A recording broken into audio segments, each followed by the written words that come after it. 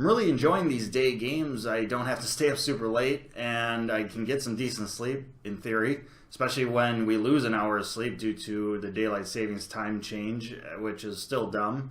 Although it's not daylight savings time that's dumb, it's the removal of it in winter that's the dumb thing, and that's causing the changing every spring and fall. What I'm trying to say is I like winning.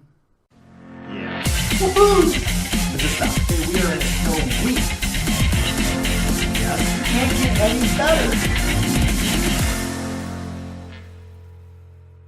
Hello, welcome to Hawks Recap. Game 70 is over and done with for the Hawks, and the Hawks win at home against the Boston Bruins by a score of 3-1. These two teams faced off yesterday, and the Bruins won that one 7-4. So the Hawks score less goals today and pick up the victory.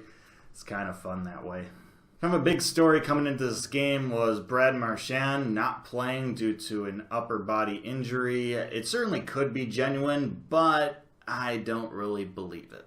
For those of you who haven't been paying attention, Brad Marchand ran into Anthony Duclair in yesterday's game. Duclair would get injured on the hit, kind of falling awkwardly on his leg there. It was definitely borderline accidental and intentional just because it's Brad Marchand. But NHL decides not to have a hearing on it, so they think it's accidental. Blackhawks players, I don't think they really share that same viewpoint. So Marchand probably would have been a target in this game. So he gets held out by the Bruins for reasons, which was probably pretty smart of them. First period, the Bruins find themselves in a bit of foul trouble as they get 3 straight penalties called on them in a very short period of time. A little bit of soft calls, but the Bruins weren't necessarily helping themselves in that situation.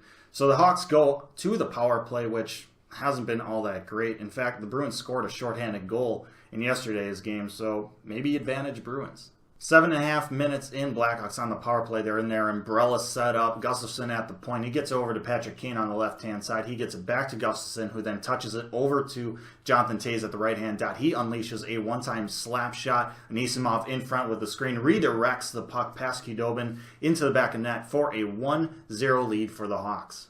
I'm not going to lie, I screwed up that segment so many times because I was calling Khudobin Qdoba, so I might just call him that from now on. Qdoba execs, if you're watching, you're welcome. Also, I'm in need of a sponsor. I got burritos on my mind. So that power play goal would end up being the only goal of the first period, so the Hawks would take the 1-0 lead into the second period.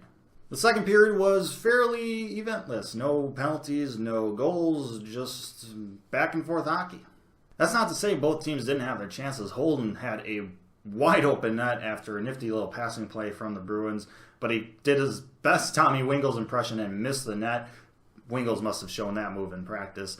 DeBrincat had a shot that go off the post twice. It hit the post, then hit off Qdoba, then hit the post again, then kind of bounced around, but just didn't go into the back of the net. Brandon Saad had a breakaway. He just zoomed right up the middle, beat 2 guys, and went 5-hole, but Qdoba made the save.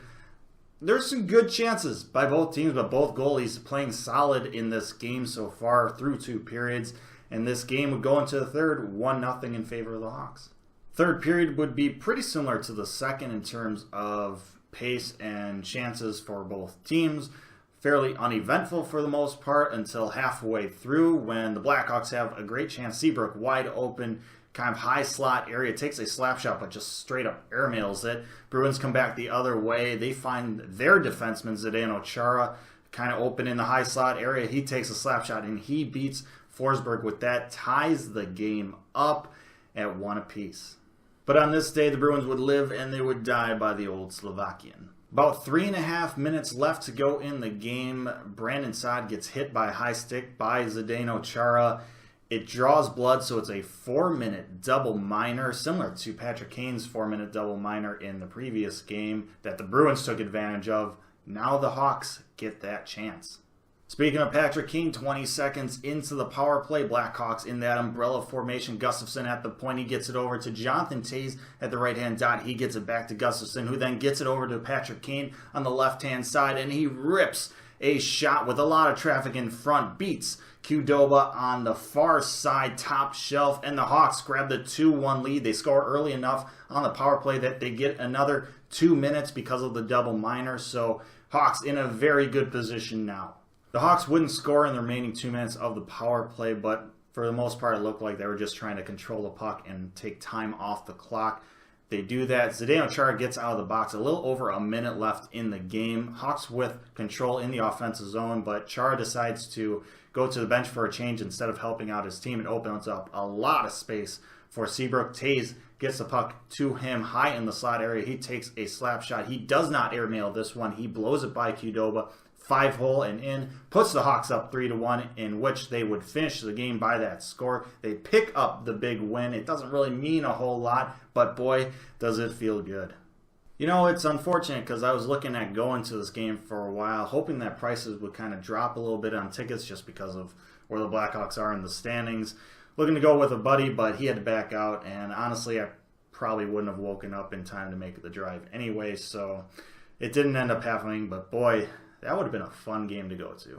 Up next for the Hawks, they have 3 days off before traveling to Jonathan Toews' hometown of Winnipeg to face the Jets, who are having a great season so far. Second place in the Central Division. Probably won't catch the Predators at the top, and they have a playoff spot pretty much locked down, but they are still trying to keep that second place, trying to keep home ice in the first round.